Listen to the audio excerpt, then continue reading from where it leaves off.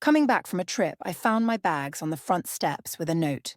I felt my heart pounding so hard I could barely breathe. "If you want to stay here, we have the basement ready," it read. Signed, "Your loving daughter-in-law." Before the taxi could even pull away, I grabbed my phone with trembling fingers and checked my banking app. I was still paying the mortgage. The screen confirmed what I already knew in my gut. I stared at my 4 suitcases neatly lined up on the front steps, my mind refusing to process what my eyes were seeing. After a week visiting my sister in California, all I wanted was to sink into my favorite armchair with a hot cup of tea. Instead, I found myself locked out of my own home, the place where I'd spent the last 33 years of my life. A cold wind picked up as I reached for the note tucked under the handle of my largest suitcase. The handwriting sent a chill through me. Those sharp, slanted letters that always seemed to be racing across the page. "If you want to stay here, we have the basement ready. Your loving daughter-in-law." My hands shook violently as I read the words again. I'd lived in this house for 33 years. David and I had built it together when Thomas was just a baby. We'd planted every flower in the garden, selected every fixture, painted every wall with our own hands. After David passed away 2 years ago, I had agreed to sign the house over to Thomas and Rebecca, legally at least.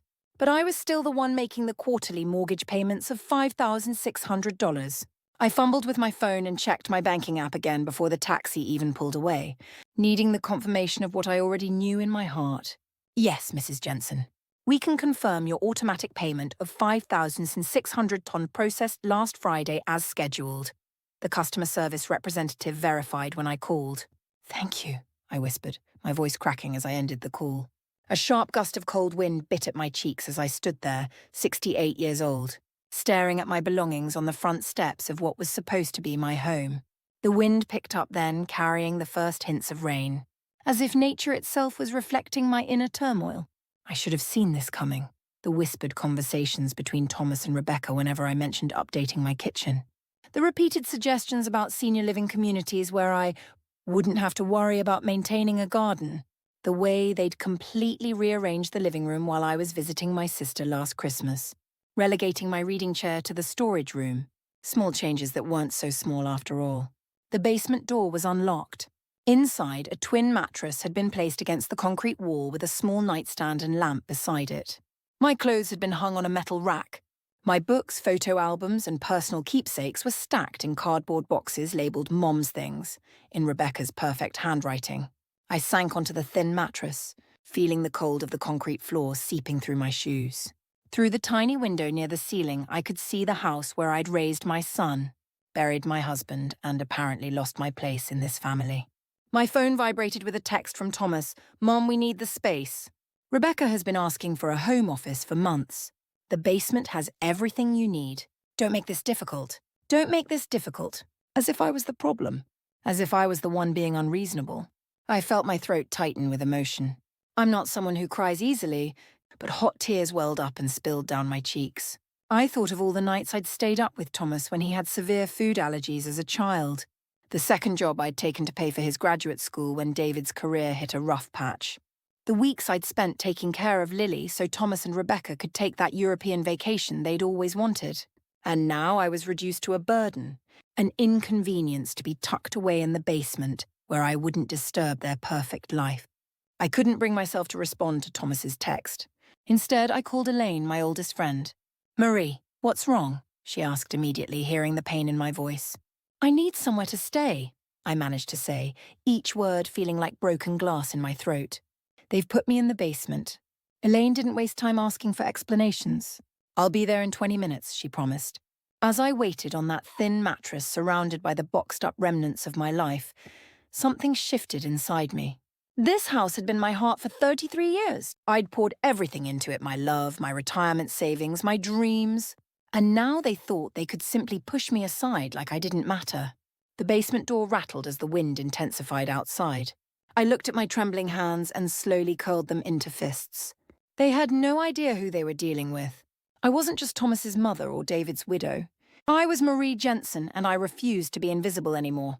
Elaine's guest house wasn't much, but at least it had real windows that let in natural sunlight and a door I could lock. After 3 days at the Sunset Motel, a name that felt painfully symbolic for this chapter of my life.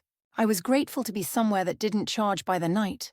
You can stay as long as you need, Elaine insisted, setting a steaming mug of coffee in front of me. Robert and I rattle around in this house like two peas in a barrel since the kids moved out. I wrapped my hands tightly around the warm mug, drawing comfort from its heat. I appreciate it more than I can say, but this can't be permanent. I need to figure out what to do about the house. You mean your house? Elaine corrected, her eyes flashing with indignation. The one you're still paying for? Elaine had been my friend for over 30 years. She'd known David, had watched Thomas grow up, had shared in our joys and sorrows. And unlike my own son, she remembered who I was before I became invisible. I keep thinking about when everything started to change, I said, staring into the dark coffee. After David died, I thought giving Thomas and Rebecca the house would help them. They'd just had Lily. Money was tight, and they took advantage of your kindness. Elaine finished, her voice gentle but firm. The memories flooded back, painful and raw like bruises I'd been avoiding. 6 months after the funeral, Rebecca had started completely renovating the house, claiming it needed a modern update. My suggestions were dismissed outright. My belongings gradually disappeared from common areas, first to closets, then to the basement, then to storage containers in the garage. Do you know what Rebecca said when I objected to her throwing out David's handcrafted furniture? We need to embrace the present, not live in a museum. As if my husband's memory was just outdated decor to be cleared away, Elaine reached across the table and squeezed my hand. What about Thomas? Surely he stood up for you? I laughed, a hollow sound that surprised even me. Thomas said I was being difficult, that I needed to adapt to the new normal. His new normal apparently meant erasing his father's memory and pushing his mother to the sidelines. The control had been so gradual I barely noticed it happening. First, they took over the kitchen, criticizing my cooking methods. Then came complaints about my TV shows being too loud, my friends visiting too frequently, my gardening taking up too much of their yard. Each time I gave in, they only pushed further. The worst part is I enabled it all, I admitted, feeling the weight of my own role in this situation. I kept making those mortgage payments because I was afraid they'd struggle financially. I wanted to help them, to feel needed, to be loved, Elaine said softly. The truth of her words pierced my heart. I'd been buying my place in that house, in my own son's life, one mortgage payment at a time. My phone buzzed with a text from Thomas. Mom, when are you coming to get the rest of your things? We need to convert the basement for Lily's playroom. I showed Elaine the message, my hand trembling with anger and hurt. That ungrateful little... She caught herself. Marie, there's something you need to know. I didn't want to tell you because I knew it would hurt. But you deserve the truth. I felt my stomach clench. What is it? Last month at book club, Rebecca was there. She'd had a few glasses of wine and started talking about their plans. They're putting the house on the market, Marie. They want to buy that new construction in Westlake Village. The rooms seem to spin around me. They're selling my house. They think it's their house, Elaine said gently. And technically, legally, it is. But morally, that's another story entirely. I thought of the 33 years of memories embedded in those walls. David and I bringing baby Thomas home. Birthday parties, Christmas mornings, the special garden David had designed for our 20th anniversary. My husband's final moments in our bedroom, surrounded by the life we'd built together. And they were going to sell it all to strangers without a second thought. What am I going to do? I whispered, feeling completely lost. Elaine's eyes hardened with determination. First, you're going to stop making those mortgage payments. Let's see how quickly their plans change when the bank starts calling. But what about my credit rating? Second, she continued, you're going to talk to my nephew, Michael. He's a consultant who specializes in elder rights. There has to be some legal recourse here. I'm not elderly, I protested weakly. Elaine raised an eyebrow. You're old enough to be treated with respect, which is clearly not happening here. She was right. For 2 years, I'd been shrinking myself, becoming smaller and quieter to avoid being a burden. And where had it gotten me? Evicted from my own home, my belongings packed in cardboard boxes, my existence reduced to an inconvenience. As the reality of my situation became crystal clear, something else emerged from beneath the hurt and betrayal, a fierce anger that felt almost foreign after years of accommodation and compromise. Okay, I said, straightening my shoulders. Let's talk to Michael. Elaine squeezed my hand. That's my girl. And Marie, remember who you are. You're not just Thomas's mother or David's widow. You're Marie Jensen. And it's about time everyone remembered that. For the first time since finding my suitcases on the front steps, I felt a spark of something that might have been hope, or maybe it was determination. Either way, I knew I wasn't going down without a fight. Michael, Elaine's nephew, wasn't what I expected. With his casual jeans and button-down shirt, he looked more like a college professor than a legal consultant. But his eyes were sharp and focused as he reviewed the mortgage statements I'd brought. "So you've been making payments on a house that's no longer in your name," he said, frowning deeply. "And your son and daughter-in-law have been living there rent-free while planning to sell it?" Put so bluntly, it sounded ridiculous even to my own ears. "Yes, and they relegated you to the basement?" I nodded, feeling heat rise to my cheeks. How had I allowed things to reach this point? "You have options," Michael said confidently. "The financial arrangements could constitute an implied contract. At minimum, you could pursue recovery of the mortgage payments you've made since the property transfer." Elaine, who had been uncharacteristically quiet, spoke up. "She needs to confront them first, make them understand what they've done." Michael looked doubtful, but I knew Elaine was right. Before taking legal action against my own son, I needed to give him one last chance to make things right. That's how I found myself standing on the porch of my own home the next day, my heart racing as I rang the doorbell. I'd lived in this house since before Thomas was born. Yet here I was, a visitor requiring permission to enter. Rebecca answered, her surprise quickly masked with a tight smile. "Marie, we weren't expecting you." "I need to speak with you and Thomas," I said, my voice steadier than I felt. She hesitated, then stepped aside. "Of course, come in." The living room had changed again since I'd left. My reading lamp was gone, replaced by a sleek modern floor lamp I'd never seen before. The family photos I'd arranged on the mantel had been completely rearranged, with several pictures of David now conspicuously absent.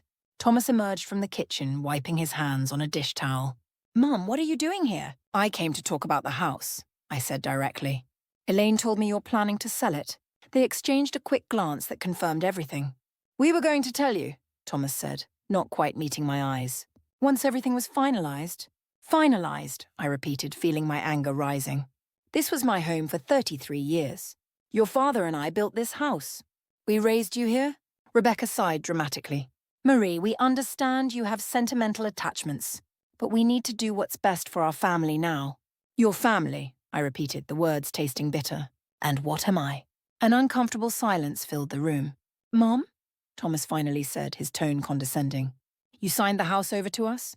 We appreciate everything you've done, but it's our property now. We get to decide what happens to it." I took a deep breath. "I've been paying the mortgage for the past 2 years. Every quarter, $5,600 from my account to keep a roof over your heads." Another glance between them. They'd known all along. "That was your choice," Rebecca said coolly. "We never asked you to do that." I felt my hands begin to shake with anger. "I did it to help you because that's what family does. And we're grateful," Thomas said, though his tone suggested anything but. "But that doesn't change the legal situation. The house is ours. So my 33 years here, my financial support, my role in this family, none of that matters to you?" Thomas shrugged, looking uncomfortable but unmoved. "Mom, you're making this more dramatic than it needs to be. We can help you find a nice senior apartment." "I don't need a nice senior apartment." I snapped, feeling my patience finally break. "I need my son to show an ounce of basic human decency and respect." Rebecca stepped forward, her smile tight and artificial. "Marie, I think you're getting emotional. Perhaps we should continue this conversation another time." That's when I truly knew, that there was no fixing this. The son I'd raised, the boy I'd loved with every fiber of my being, was gone. In his place stood a stranger who saw me as nothing more than an obligation, a problem to be managed. "I've cancelled the automatic mortgage payments," I said quietly. Thomas's expression changed instantly. "You what? If you want to sell my home, you'll need to pay for it yourselves." "You can't do that." Rebecca's voice rose sharply. "What about our credit rating? We have plans." "Yes," I said, feeling strangely calm. "I hear Westlake Village is lovely this time of year." Thomas's face darkened. "Mom, the house was Dad's legacy to me. You know that. It was never really yours." The words hit me like a physical blow. "Never really yours. 33 years of my life dismissed in 5 cruel words." "I see," I said, my voice barely audible. "Well then, I suppose there's nothing left to discuss." I turned to leave, my legs feeling unsteady beneath me. As I reached the door, I paused, looking back at the son who no longer saw me. "Your father would be ashamed of you, Thomas. And for the first time in my life, so am I." I walked out, closing the door gently behind me. The spring air felt cool against my burning cheeks as I made my way down the driveway, away from the home that had never truly been mine. Something had broken inside me today. But something else. Something stronger had been forged in its place. "You did what?" Elaine asked, her coffee mug suspended halfway to her lips.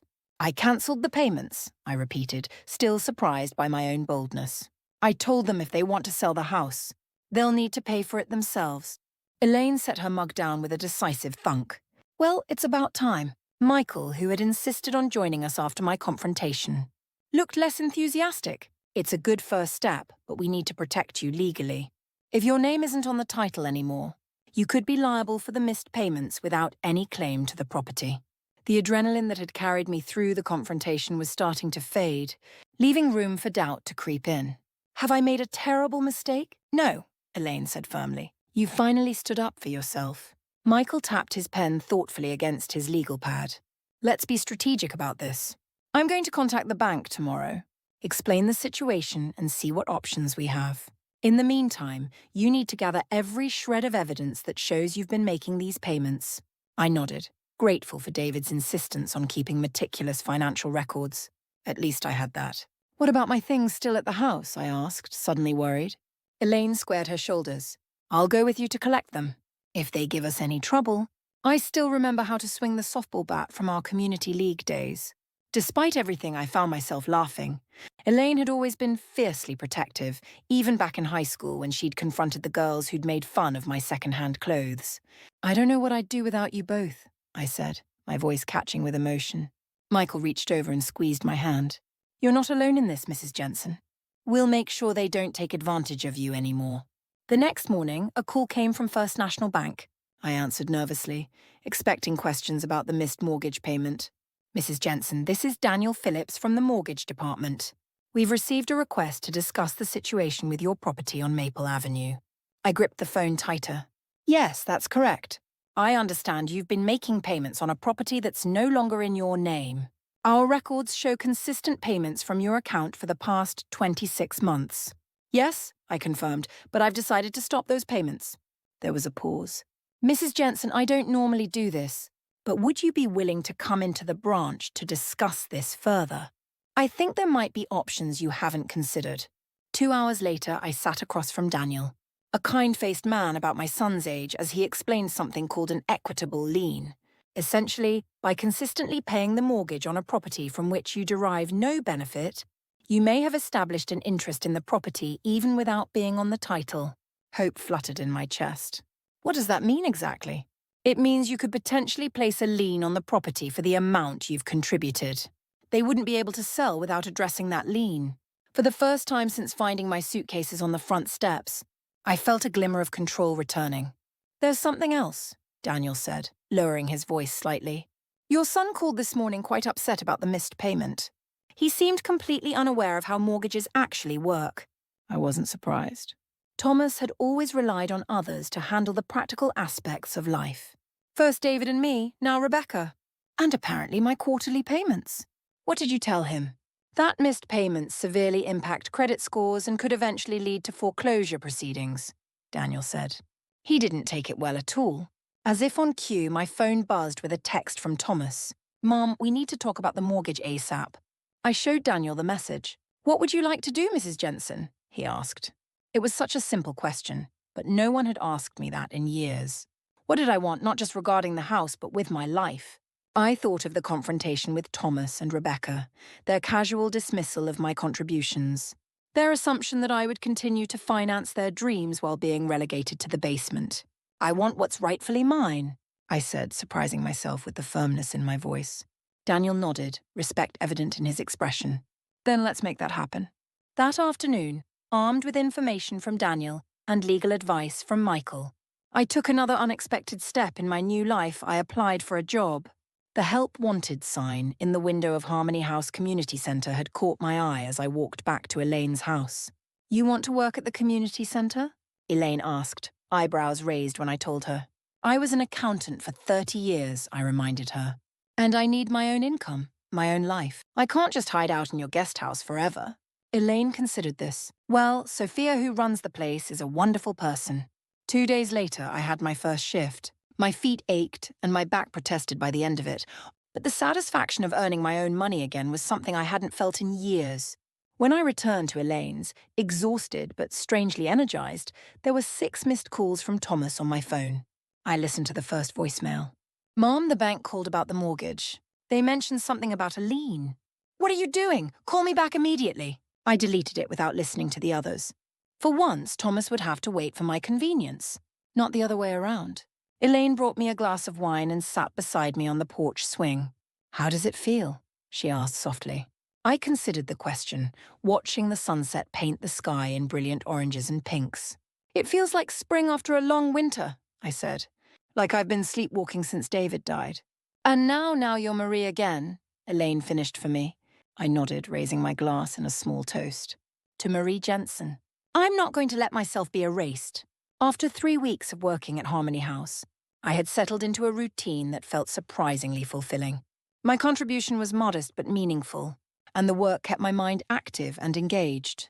More importantly, I had a purpose again, somewhere to belong, people who valued me, a life that was entirely my own. Which is why the sight of Thomas standing awkwardly by the reception desk sent a jolt through me. "Mom," he said, his voice softer than I'd heard it in years. "Can we talk?" Sophia, the director, caught my eye from across the room. "Take a break if you need it, Marie." I nodded and led Thomas to a quiet corner away from the other staff and community members who had become something like friends. "You look different," he said, studying me. I straightened my shoulders. "I am different." Thomas shifted uncomfortably. "Mom, about the house." "I'm not discussing that here," I interrupted firmly. "If that's why you came, you're wasting your time."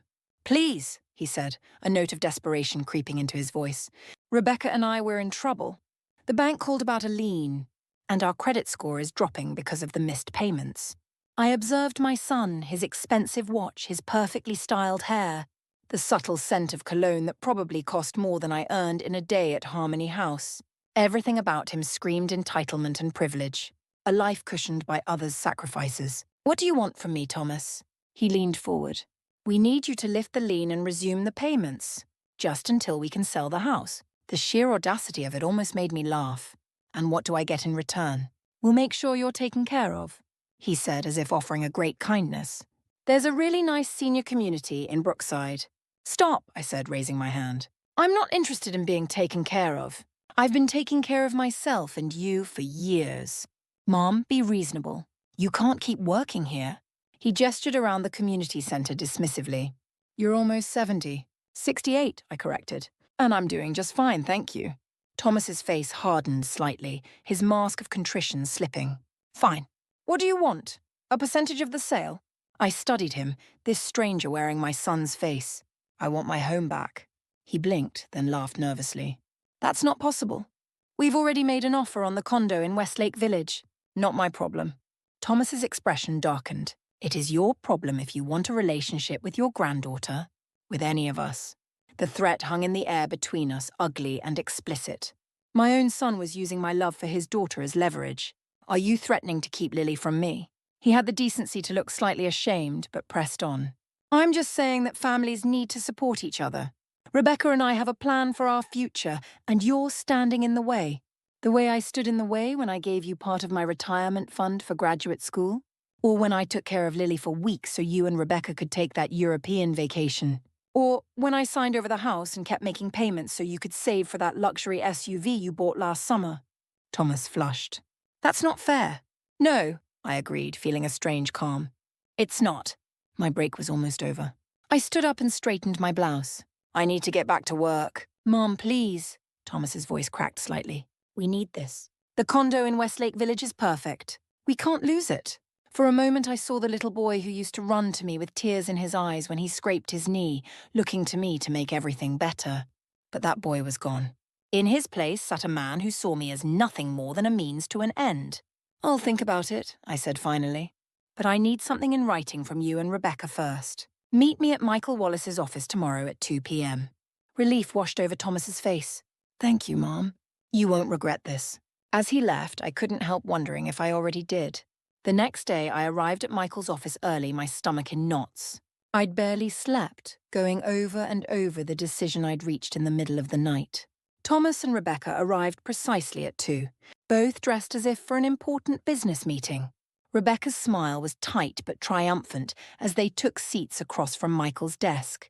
"Thank you for coming," Michael began formally. "Mrs. Jensen has considered your request regarding the property on Maple Avenue." "We appreciate that," Rebecca interjected smoothly. "We're certain we can reach an agreement that benefits everyone." Michael slid a document across the desk. "This is what Mrs. Jensen proposes." Thomas picked it up, scanning the contents. His expression shifted from hopeful to confused to angry in seconds. "What is this?" he demanded. "That," I said calmly, "is my condition for lifting the lien.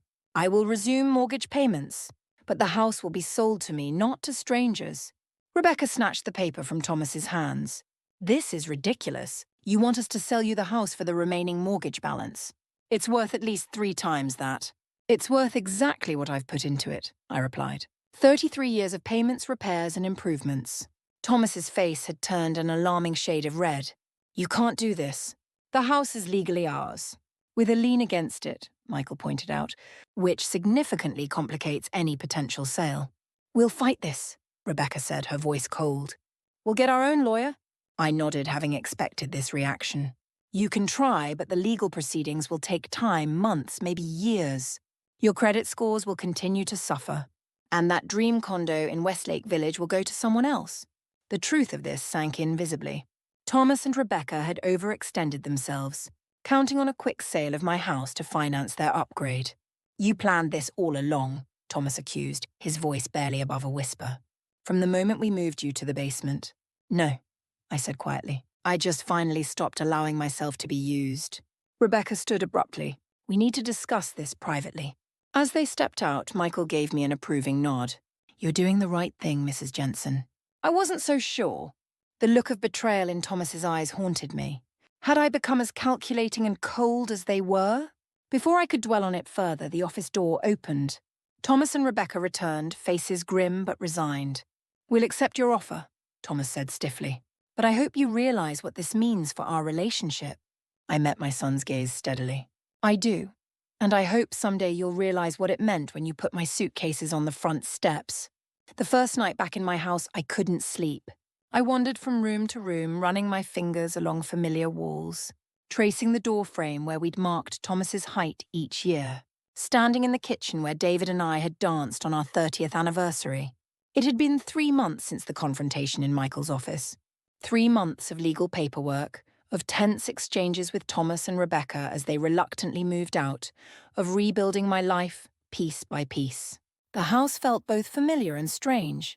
Rebecca had transformed it with cold, modern, minimalist design, replacing the warm colours David and I had chosen.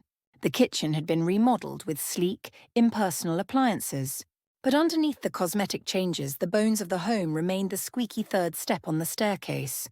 The way sunlight streamed through the bay window in the afternoons. The slight tilt to the floor in the upstairs hallway that David could never quite fix. I stood in the master bedroom, now empty of furniture except for the bed I'd brought from Elaine's guest house. This room where David and I had shared our lives, where he had taken his last breath, felt sacred somehow. "I'm home," I whispered, hoping that somewhere, somehow he could hear me. The silence that answered wasn't lonely, just peaceful. For the first time in years, I felt like I was exactly where I belonged. The doorbell rang the next morning as I was unpacking my modest collection of dishes. I opened it to find Elaine holding a pot of soup and a bottle of wine. "Housewarming," she announced, marching past me into the kitchen. "Though I suppose it's technically a homecoming." I laughed, following her. "It feels like both, honestly." Elaine set her offerings on the counter and turned to survey the kitchen. "Good Lord, what did that woman do to your beautiful oak cabinets?" "Painted them white and replaced all the handles with something called brushed nickel," I said. "Apparently oak is outdated," Elaine snorted. "You know what's outdated? Throwing your mother-in-law out on the street." We both laughed, though the hurt beneath the humour was still raw. "Have you heard from them?" Elaine asked as she helped me unpack. I shook my head. "Not since the closing. Thomas made it clear that I'd chosen the house over them." "That's not what happened, and you know it," Elaine said firmly. "You chose to protect your own dignity." "There's a difference." I wasn't sure Thomas would ever see it that way. But I had made peace with my decision. The alternative, continuing to let them use me while treating me like an afterthought, was no longer acceptable. "Well," Elaine said, opening the wine, "to new beginnings." We clinked glasses and I felt a surge of gratitude for this woman who had stood by me when my own family hadn't. The following weeks brought a steady rhythm to my days. Mornings at Harmony House, afternoons spent slowly restoring the house to something that felt like mine again. I didn't have the money to replace all of Rebecca's modern updates, but I could add touches that brought back the warmth, colourful throw pillows, family photos returned to the mantel, David's handcrafted furniture proudly displayed in the living room. One Saturday morning, I was planting seasonal flowers in the front garden when a familiar car pulled into the driveway. My heart jumped to my throat as Thomas stepped out, looking uncertain. He stood awkwardly at the edge of the garden. The flowers looked beautiful. I nodded, not trusting my voice. "Dad always loved gardening," he continued, glancing around the yard. "I remember him working out here every weekend." I brushed dirt from my hands. "What brings you here, Thomas?" He shifted uncomfortably. We didn't get the condo in Westlake Village." I wasn't surprised. Their credit had likely been too damaged by the missed mortgage payments. "I'm sorry to hear that," I said, genuinely meaning it despite everything. Thomas looked down at his shoes. Expensive loafers now collecting dust from the garden. "We found an apartment instead. It's smaller than we're used to, but it's teaching us some perspective, I guess." I waited, sensing there was more. "Rebecca's pregnant again," he said finally. "The baby's due in January." "Congratulations," I said softly, wondering if this news was meant to hurt me, to remind me of what I'd be missing. Thomas met my eyes for the first time. "Lily asks about you. She doesn't understand why we don't visit Grandma anymore." A pain, sharp and sweet, lanced through my heart. "I missed my granddaughter terribly. She's welcome here any time," I said. "So are you." Thomas nodded, then hesitated. "Mom, I've been thinking about everything." "About what happened?" I held my breath, not daring to hope for real understanding. "I'm not saying we handled things well," he continued, choosing his words carefully. "But you chose a house over your family. I don't know if I can forgive that." My momentary hope deflated. He still didn't see it. "I didn't choose a house, Thomas," I said quietly. "I chose to protect my own existence. There's a difference." He frowned, clearly not agreeing. "Anyway, I thought you should know about the baby. And maybe Lily could visit sometimes, if that's okay." It wasn't an apology, not even close. But it was a small opening, a tiny crack in the wall between us. "I'd like that very much," I said. After Thomas left, I sat on the porch swing, processing the encounter. The relationship with my son was damaged, perhaps irreparably. He still couldn't see how deeply he had hurt me, how fundamentally he had betrayed my trust. But he had come today, had reached out, however inadequately. It was a beginning, not an ending. That evening, Elaine and her husband Robert came over, along with Sophia from the community centre and Michael and his wife. We gathered in my sunroom, the same space where I'd hosted Thomas's high school graduation party, where David and I had celebrated anniversaries, where life had unfolded in all its messy glory. As twilight settled around us, the conversation flowing easily among these people who had become my chosen family, I felt a profound sense of peace wash over me. "A toast," Elaine declared, raising her glass, "to Marie Jensen, who reminds us all that it's never too late to reclaim your life." Everyone clinked glasses, smiling warmly at me. Later, as the stars appeared in the clear spring sky, I sat alone on the porch, listening to the familiar creaks and sighs of my house. I thought of David, of the life we'd built, of the son we'd raised who had somehow lost his way. I thought of the woman I'd become in these past months, stronger, more determined, unwilling to be diminished for anyone's convenience. The house around me wasn't just walls and a roof. It was a testament to survival, to resilience, to the quiet, unstoppable power of a woman who had finally learned to put herself first. I was home not just in this house but in my own life. And for the first time in years, that life stretched before me, full of possibilities that were entirely my own.